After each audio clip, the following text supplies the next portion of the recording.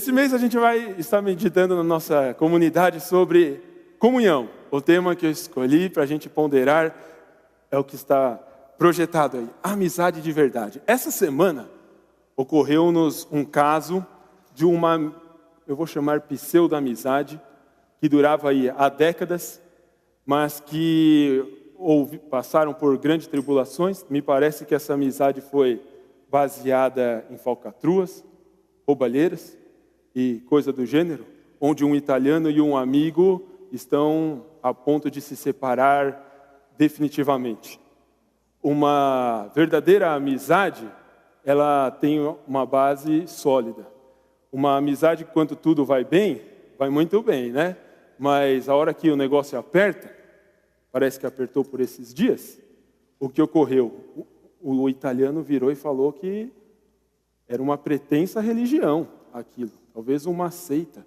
Vou voltar um pouquinho. E eu quero convidar você a abrir a sua Bíblia em Marcos capítulo 8. A gente vai ler a partir do versículo 27 até o final desse trecho que acaba no 9:1. E vai falar um pouquinho sobre a amizade verdadeira. Se você depois quiser acompanhar pela projeção, fique à vontade. Mas antes disso, eu queria convidar você a baixar sua cabeça, fechar o seu olho e pedir a direção de Deus nesse nosso bate-papo aqui essa noite, esse final de tarde. Senhor Deus, nosso Pai, muito obrigado porque o Senhor é bondoso para conosco. Muito obrigado porque o Senhor nos dá o privilégio de poder abrir a Tua palavra, a ouvir e entender um pouquinho sobre ela. Ó Deus, que eu diminua aqui, que eu desapareça. O Senhor, Cesareia de Filipe aqui nessa história. É interessante, o livro de Marcos é talvez o primeiro evangelho a ter sido escrito.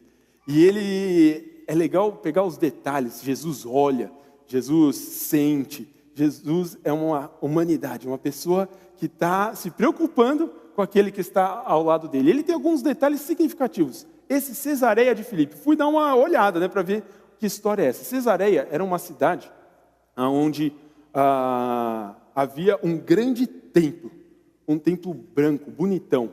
E esse templo, ele tinha grandes mármores e era um templo que era dedicado, no passado foi dedicado a Baal, ao deus Baal, e na época era dedicado ao imperador, a Nero. E isso daqui, o que a gente vai fazer com essa informação? Vai guardar, porque daqui a pouco a gente vai retomá-la. Mas só antes de guardá-la, essa cidade hoje, se você procurar no Google, você vai achá-la. Não com esse nome, mas ela chama-se Banias. Você vai encontrá-la. Você não fica muito distante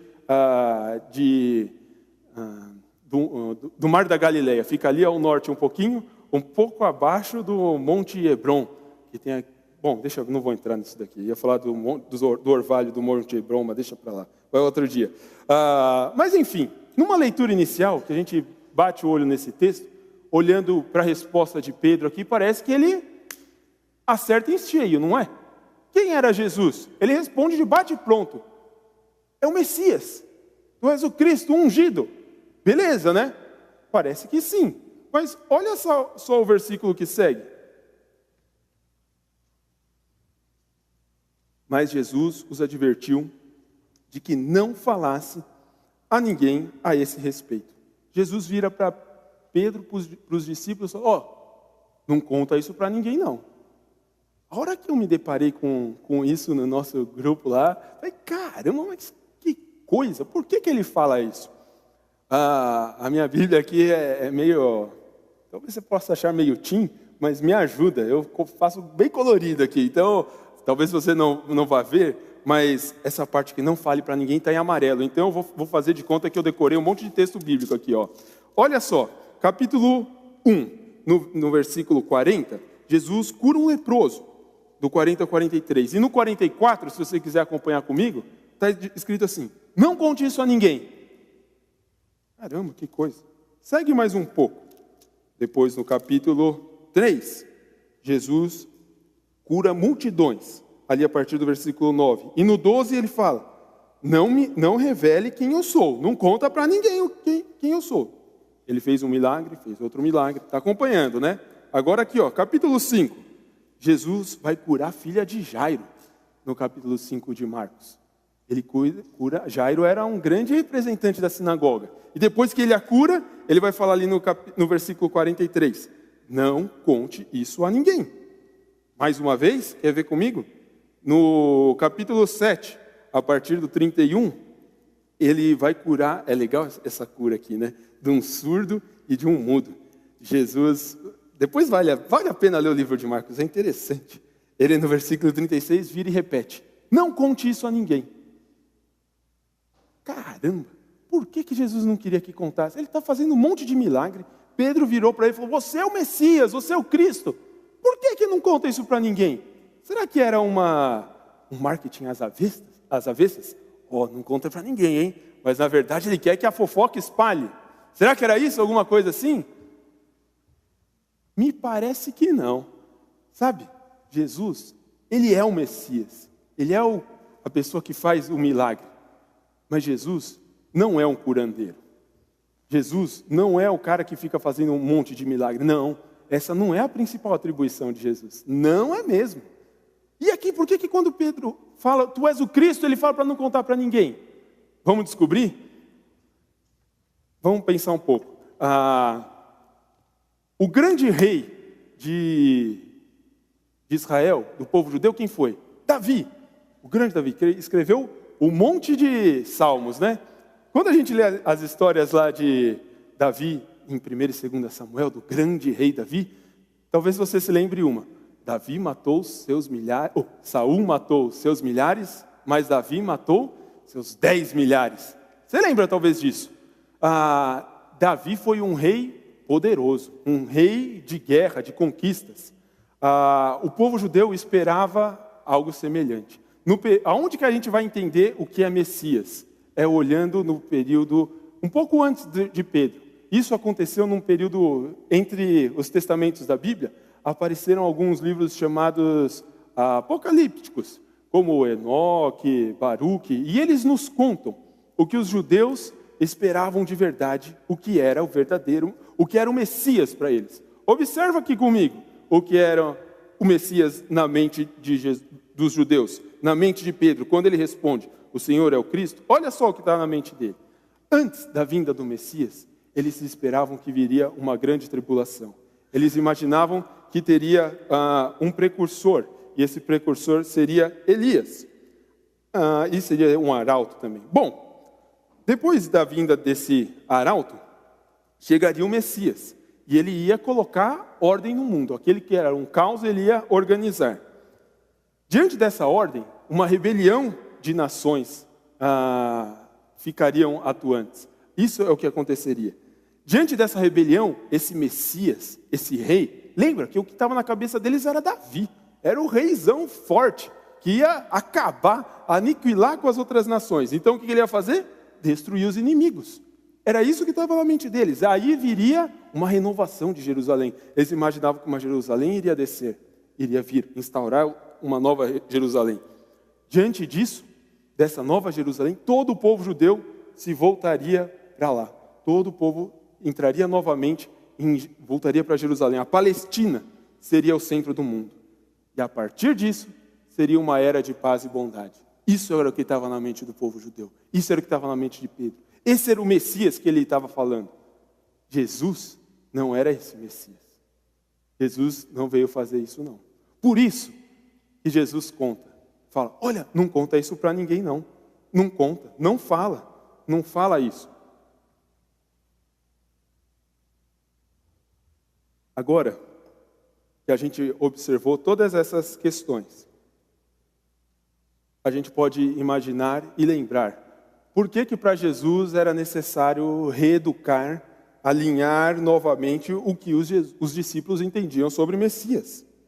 Talvez quando a gente lê o relato bíblico e lembra da acusação pela qual Jesus foi condenado, isso talvez não faz muito sentido, né? Porque ele foi condenado por ser um herege. Agora você observando isso aqui, faz sentido ele ser um herege? Porque ele não veio ser um rei bélico, com poderes econômicos, sociais. Não, esse não foi o papel de Jesus, não era a ideia dele. E agora, por que a gente falou para guardar a história lá de Cesareia de Filipe. O que isso tem a ver? Eles estavam numa cidade. A cidade tinha esse centro de adoração, esse templo. E diante desse templo, Pedro, por mais que ele não entendesse exatamente o que ele estava falando ali sobre o Messias, ele teve um ato de fé. Ele falou, o cara de Nazaré ali, o Zé Mané, afinal de contas, né? Pode vir algo bom de Nazaré? Era isso que rodava no papo da época. Pode vir alguma coisa? Essa pessoa, ele falou que era o Cristo, que ia ser o grande rei, que ia fazer tudo isso aí que a gente está observando. Mas outra questão. Hoje, a gente também está numa cidade que, ao invés de imperadores, tem institutos para pretensas messianidades, divindades. A gente tem observado que alguns valores estão invertidos na nossa sociedade.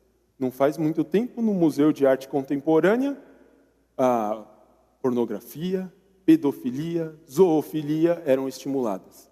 Essa semana, se você acompanhou o noticiário, aliás, nem sei se o noticiário passou, porque andamos nos esquivando da televisão, mas na internet eu imagino que deve ter bombado um cara peladão no Museu de Arte Moderna da USP. E crianças tocando no rapaz. Os valores estão invertidos, o negócio está mudado. Na época, em Cesareia de Filipe, na época de Jesus e Pedro, tinha um culto a Baal, tinha um templo, tinha um instituto para pretensas divindades governantes. Talvez não era muito diferente, não.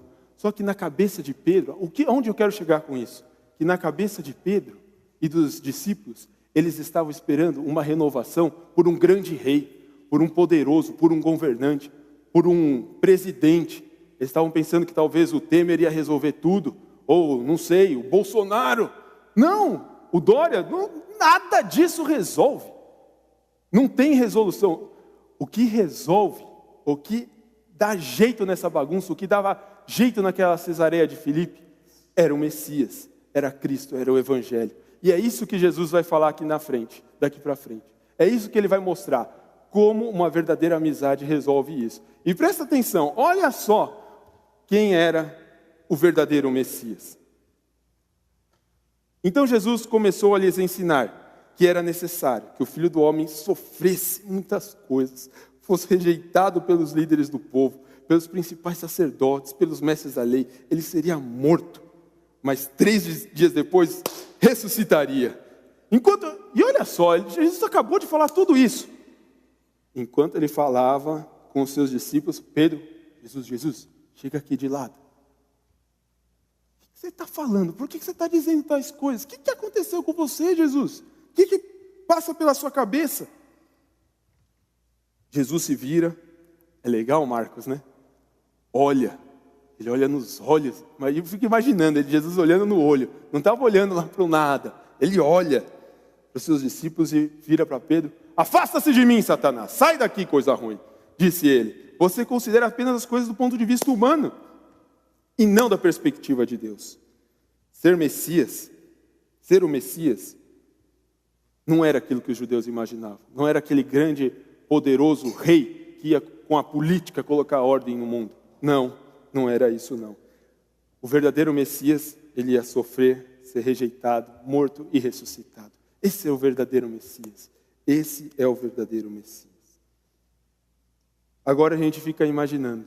A nossa vida imediatista, a nossa vida que quer resolver tudo agora e já, não quer esperar nada nem ninguém, nada resiliente.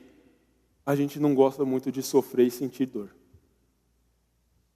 Eu confesso que eu me identifiquei muito com Pedro aqui. Eu não sei você, mas eu acho que eu sou muito mais parecido com Pedro do que com Jesus nessa história.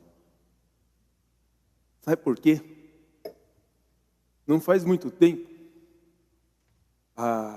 estava conversando com um amigo, tentando ajudá-lo de alguma forma, numa situação que lhe era necessária, e tentando ajudá-lo, apesar de sentir a dor, de sofrer junto com ele, acabei deixando o verdadeiro evangelho de lado e sugeri opções não das mais coerentes com a Bíblia. Graças a Deus que Deus, na sua infinita bondade e misericórdia, coloca pessoas mais sábias no caminho, né? E outras pessoas acabaram intervindo nisso e ele deu ouvido para outras pessoas também e a história está caminhando. Mas por que eu agi assim? Porque eu queria apaziguar a pretensa dor imediata naquele momento. O que Pedro queria fazer aqui? Ele queria o bem dele momentâneo, o bem naquela hora, naquele instante. Ele não queria ser forjado, ele não queria passar pelo problema e pela dor e pelo sofrimento. Não, ele queria resolver agora. Sabe, uma coisa que a gente se pega, eu me pego, não sei você, com as circunstâncias. A gente olha para a circunstância e quer resolver, quer dar um jeito, quer ajustar logo de cara. E me parece que não é por aí. Eu me lembro de uma época que a gente frequentava o PG na casa da Mari e do Gina. O Davi, acho que era bebezinho, nem lembro se existia. Acho que sim já, né? Mas o Bonato foi lá falar com a gente e eu me lembro de uma frase do Bonato, que ele dizia assim: não tome decisões permanentes em situações temporárias, em situações que passam. Às vezes a gente quer tomar uma decisão muito séria e definitiva no momento em que a gente está com o sangue quente, com os nervos à flor da pele. O amigão aqui de Jesus, Pedro, talvez nessa época não era tão amigão assim, deu uma dessa. Quis ajudar o mestre, quis ajudar o Messias, fazendo um benefício momentâneo, não era algo definitivo. Quando a gente lê em Tiago, só para trazer a memória, meus irmãos, tende motivo por grande alegria quando passarem por várias provações. A gente quer rasgar esse trecho da Bíblia, né? Mas a gente não é o único não, Lutero também quis. Mas não foi por conta desse versículo, foi por conta do capítulo 2. Puxa vida, o que acontece? A provação, a dificuldade, ela forja o nosso caráter, ela forja a nossa vida, ela forja o nosso viver. Talvez hoje você esteja passando por isso, ou então talvez hoje um amigo seu esteja passando por uma dificuldade significativa grande. Não queira você ser o dono da verdade e num prilim-pim-pim, passe de mágica, resolver a questão. Às vezes a dor, o sofrimento, forja o nosso caráter, forja a nossa vida. Deus não mandou Jesus para que a gente tivesse uma vida boa e 100% paz e amor, tudo ok. Não. Deus quer de nós que sejamos grandes homens e grandes mulheres. Grandes homens e grandes mulheres acontecem após passar a adversidade, após passar o sofrimento, após passar pela dor e passar com Jesus por esse caminho. Esse é um recadinho que a gente tem nesse tempo aqui. E pensando uma outra questão, no finalzinho, no versículo 33, olha só. Jesus, quando ele olha para Pedro, após ele dar essa... falar para Jesus, não morre não ressuscita, fica aqui com a gente. Um pouco... queria ficar só com Jesus aqui, quietinho. Depois a gente vê isso se desdobrar mais para frente na transfiguração, né? Mas Jesus é interessante, que ele vira para Pedro, ele não fala, sai daqui, Pedro, não quero saber mais de você, foge. Não. Jesus, ele é sábio. Ele repele o pecado, mas não o pecador. Pedro continuou caminhando com Jesus. Pedro continuou sendo um dos seus apóstolos. Pedro seguiu junto de Jesus. Jesus não reprimiu Pedro em si, mas sim o seu pecado. Às vezes, a gente, nas nossas amizades, a gente é pronto a repelir o nosso amigo. E a gente deve repelir o pecado, o erro, a falha, aquilo que não está correto. Esse é o que a gente já pode aprender um pouquinho aqui com Pedro. E aí ele vai seguir e vai falar no Evangelho, Marcos, o que era necessário aí, o que ele esperava dos seus discípulos. Depois disso, e também da multidão, né? Jesus chamou a multidão e os discípulos e disse: olha, se vocês querem ser meus seguidores, neguem-se a si mesmo, tomem a sua cruz e sigam-me. Presta atenção, hein? Se você tentar pegar a sua vida, você vai perder. Mas se abrir mão da sua própria vida por minha causa e por causa das boas novas, a salvará. Que vantagem há em ganhar o mundo inteiro, mas perder a própria vida? E o que daria um homem em troca de sua vida? Se alguém se envergonhar de mim e de minha mensagem nessa época de adultério e pecado, o Filho do Homem se envergonhará dele quando vier na glória do seu Pai com os santos anjos. Jesus prosseguiu e disse: eu lhes digo a verdade, alguns que estão aqui nesse momento não morrerão antes de ver o reino de Deus vindo com grande poder. É interessante quando a gente observa Jesus no caminho de Jerusalém, ele vai fazer esse discurso sobre o que é o verdadeiro Messias 3 vezes. Ele faz aqui no capítulo 8, faz de novo no capítulo 9 e por fim no capítulo 10, que foi onde o Jonatas e o Sael pregaram algumas semanas atrás. No capítulo 8, depois de ele falar que era o Messias, que era necessário ser rejeitado, sofrer, morto e ressuscitado, ele fala a questão do tomar a cruz. No capítulo 9, ele vai falar a mesma coisa. Opa, virou a página aqui. Mas o que os discípulos pensam depois disso? Eles estavam preocupados em quem seria o maior entre eles. Depois, no capítulo 10, os discípulos estão preocupados em quem vai sentar à direita e à esquerda de Jesus. Jesus explica. E os discípulos não entendem. Às vezes, olhando para isso, essa falta de entendimento, talvez a gente possa ser chamado de discípulo por conta disso. Tomara que não seja por esse motivo que a gente seja chamado como discípulo de Jesus. E uma questão que eu queria levantar diante disso.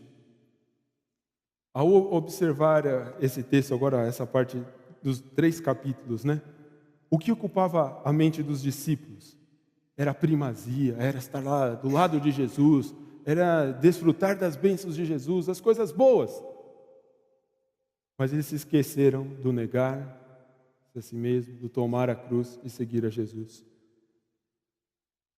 Já pensando aqui para o nosso finalmente, caminhando aqui, tome isso na sua mente, pense sobre isso. O que tem ocupado a sua mente? As coisas boas somente, tão somente? Ou o tomar a cruz, seguir a Jesus e o negar-se a si mesmo? Pense sobre isso, mas vamos falar um pouquinho mais nesse tema aqui. Uma coisa que Jesus pede para nós é algo que Ele já fez, ou que Ele faria. Quando Jesus fala, negue-se a si mesmo, tome a sua cruz e me siga, era algo que Ele faria. Jesus, quando está na cruz, Ele fala, Senhor, se possível, afasta de mim esse cálice. Contudo, seja feita a tua vontade, não a minha. Ele pediu, mas Deus desceu sobre ele toda a ira do pecado do mundo, o meu, o seu, de todos que vieram antes da gente. E ele foi crucificado. Jesus tomou a cruz. Ele negou a sua vontade. Agora, a atração de Jesus não era um caminho fácil. Não era mesmo. A gente já falou um pouquinho sobre isso.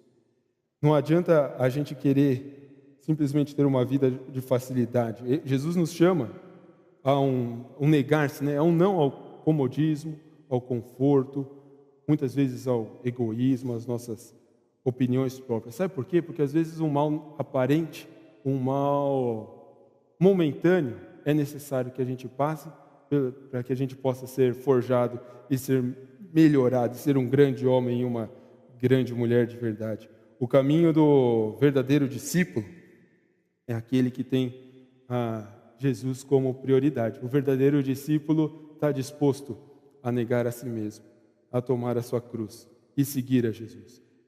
Essa é a ideia.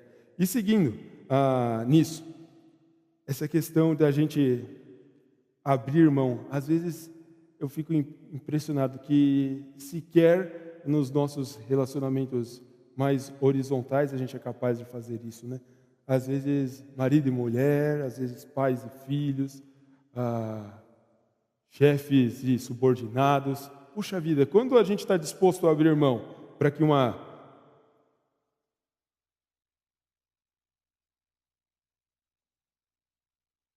para que algo melhor de verdade a longo tempo aconteça. Acompanhe essa história. No século IV, havia um monge chamado Telêmaco. Esse monge, num dado momento de sua vida, ele entendeu que o que ele estava vivendo não era o ideal e ele resolveu se isolar. Foi viver em reclusão, foi viver isolado numa catedral de marfim. E ficou estudando, buscando conhecer a Jesus, conhecer a Deus. Mas ele viu que aquilo, num dado momento, ao estudar, aquilo não fazia mais sentido. E ele resolveu sair. No século IV, 300 e poucos da era cristã, a grande cidade do império era Roma. Roma tinha um imperador cristão. O povo ali era cristão. E ali em Roma tinha um estádio, que cabia umas 80 mil pessoas, tipo um grande estádio de São Paulo. Só que o que acontecia ali era outro tipo de batalha. Eram gladiadores onde se matavam. Era essa a diversão deles. E Telêmaco, ao olhar aquela situação, ele estava assistindo aquele espetáculo, vê aquilo e fala: como pode um povo dito cristão estar aqui se divertindo com um matando o outro? Ele fica inconformado com aquilo, ele entra no meio da guerra, ou no meio da batalha daqueles gladiadores. Entra, nessa primeira vez que ele entra, um dos gladiadores bate nele e o joga de lado, ele sai, fica ali meio cambaleando, mas volta, entra de novo no meio da batalha, até que o gladiador vem e pum, o mata. Após esse assassinato, um silêncio sepulcral invade aquele estádio.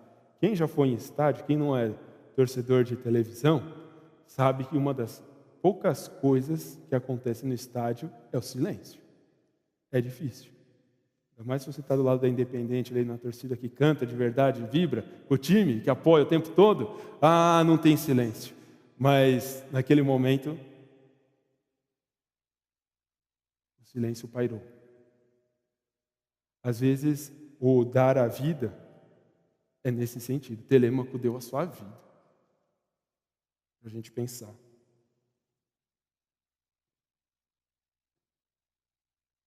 Seguindo o texto, ele fala: de que adianta ganhar o mundo inteiro e perder sua própria vida? Não faz muito tempo, faz uma semana, na verdade, a gente foi num cemitério, né? E ao lado do jazigo que a avó da nossa amiga foi sepultada, tinha um outro jazigo aberto. E a cena ali era, além de triste, era criminosa, porque estava arrombada a portinha, dentro tinha um caixão com os ossos expostos, e o pessoal ali do cemitério estava comentando que estava assim porque foram roubar os pertences daquela pessoa. Meu amigo, do que adianta ganhar o mundo inteiro e perder a sua própria alma? No caixão, se você quiser levar sua aliança, se quiser levar os seus bens, vai ter um espertinho que vai lá arrombar e levar embora. De que adianta ganhar o mundo inteiro e perder a sua própria vida? Não adianta, nada. É interessante quando a gente observa na sequência, né? O versículo 37 e 38. E que daria o homem em troca da sua vida? Se alguém se envergonhar de mim e de minha mensagem nessa época de adultério e pecado, o Filho do Homem se envergonhará dele quando vier da sua glória, de seu Pai, com os santos anjos. A morte de cruz era uma morte de vergonha. Quem era morto na cruz era um criminoso. Ele assumia todas as responsabilidades. E Jesus aqui vem e certamente propositalmente fala: não se envergonhe, porque a morte de cruz, o normal era se envergonhar. Ele faz esse contraponto, ele mexe com isso. E a outra questão que me salta os olhos aqui, é que ele fala que vai vir com os santos anjos, né? O que eles esperavam era um rei dominador, um rei que fosse um grande rei econômico, político, social, bélico, alguma coisa assim. Mas como Jesus é apresentado aqui, é como um servo. É assim que ele viria. E finalizando, agora aqui no último versículo dessa passagem, no versículo 1 do capítulo 9, Jesus fala: eu lhes digo a verdade, alguns que estão aqui neste momento não morrerão antes de ver o reino de Deus vindo com grande poder. Disso me surgem duas perguntas. O reino de Deus já veio com esse grande poder? Ou será que tem pessoas com 2000 anos de vida vivendo por aqui? Me parece que o reino com grande poder já veio. Quando a gente lê a história da igreja, a expansão dela foi muito rápida. Em Antioquia já tinha, em menos de 30 anos, após a morte e ressurreição de Jesus, em Antioquia já tinha uma grande igreja. Em Roma o evangelho já havia sido pregado. Na Ásia Menor, diversas igrejas haviam sido formadas. Muito provavelmente até na Espanha o evangelho já tinha chegado. O evangelho, com grande poder, se espalhou, apareceu. E é legal ver que o verdadeiro poder não é um reino bélico, social, econômico. Não é por aí. O verdadeiro poder é o sofrimento, é a rejeição, é a morte, é a ressurreição, é o negar-se a si mesmo, é o tomar a cruz e seguir a Jesus. Esse foi o poderoso evangelho que floresceu naquele lugar. Esse foi o grande poder que apareceu dessa história. Mas a gente começou falando sobre a amizade verdadeira. E a gente viu que Pedro provavelmente não era um amigo de verdade de Jesus nessa época. Ele ficava na superficialidade. Ele ficava só... Talvez nem um snorkel ele não usava. Muito menos um galão de ar para mergulhar e ir fundo na amizade. Não, ficava no rasinho ali. Não ia fundo.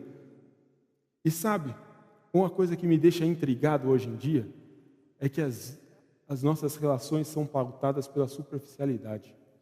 As nossas relações ficam no raso. Você vê os papos, é impressionante como a gente é capaz de pedir ajuda pelo outro e jamais a gente não pede ajuda por nós. A gente está tudo bem, está tudo tranquilo, parece. Fica numa superficialidade imensa. Isso é o que a sociedade mais quer. Não quer que a gente... O mundo que a gente vive é por aí. Não quer que a gente abra o nosso coração e etc. E essa superficialidade passa por diversas camadas. Seja ela no trabalho, seja ela com irmãos, seja ela no relacionamento marido e mulher, seja ela até num pequeno grupo. Às vezes num casamento. O bicho está pegando dos dois lados e está... sorrisinho para cá e para lá. Uma verdadeira amizade, ela ouve, conversa e entende. A verdadeira amizade, ela não está preocupada com agora e o já. A verdadeira amizade está com o olho lá na frente. Ela não está presa num momento, numa hora. Pedro estava com o olho no agora e no já. Não estava olhando lá para frente. Estava parado, estava travado. Parou aqui. Sabe? Aprendi essa com a Flávia. Aristóteles, só podia ser com ela, né? Eu que não ia descobrir isso tão cedo. Para ele, o homem virtuoso era aquele que alcançava a justa medida. E a justa medida na amizade não era algo de um lado que fosse uma pessoa bajuladora ou de um outro lado uma pessoa que só discordasse. Era um meio termo, era alinhar isso, é o equilíbrio. Isso é para Aristóteles, uma verdadeira amizade. Sabe, eu não sei você, eu tendo a ser um pouco bajulador, a querer pôr panos quentes em tudo, a querer apaziguar tudo, a ficar um boa praça com todo mundo. Esse sou eu. Eu tenho que tomar cuidado com isso. Às vezes a gente conversa, né, André? Que tem que ser mais incisivo, nas nossas conversas, né, tem que ser objetivo, direto, intencional, né? É a palavra que às vezes a gente usa. E eu fico um pouco desequilibrado nessa balança, eu confesso. Eu não sei, talvez você, em que equilíbrio, em que lado da balança você está. A verdadeira amizade precisa ter esse equilíbrio. Pedrão, ele foi, por isso que eu falei que eu me identifico com Pedro, né? Ele foi bajulador, ele não queria que Jesus sofresse, queria ficar só na boa. E agora eu queria fazer um pensamento junto com vocês. A sua amizade com Jesus diante disso é baseada em quê? É baseada num grande rei que vai resgatar, que vai fazer colocar ordem nessa terra, vai dar um jeito em tudo, ou você entende que Jesus é o Messias que sofreu, foi rejeitado, morto, mas que ressuscitou? Quem é Jesus para você? Quem é Jesus? Como que você pensa sobre ele? E agora, na horizontal, as suas amizades com seus amigos, como elas têm sido? Têm sido fechadas, travadas? Que não consegue compartilhar nada? Você é uma bolha que está sofrendo sozinho. Meu amigo, a comunidade da fé está aí para ser aberta e para ajudar um ao outro. A gente está num mês de comunhão, a gente precisa andar junto, a gente tem que andar junto.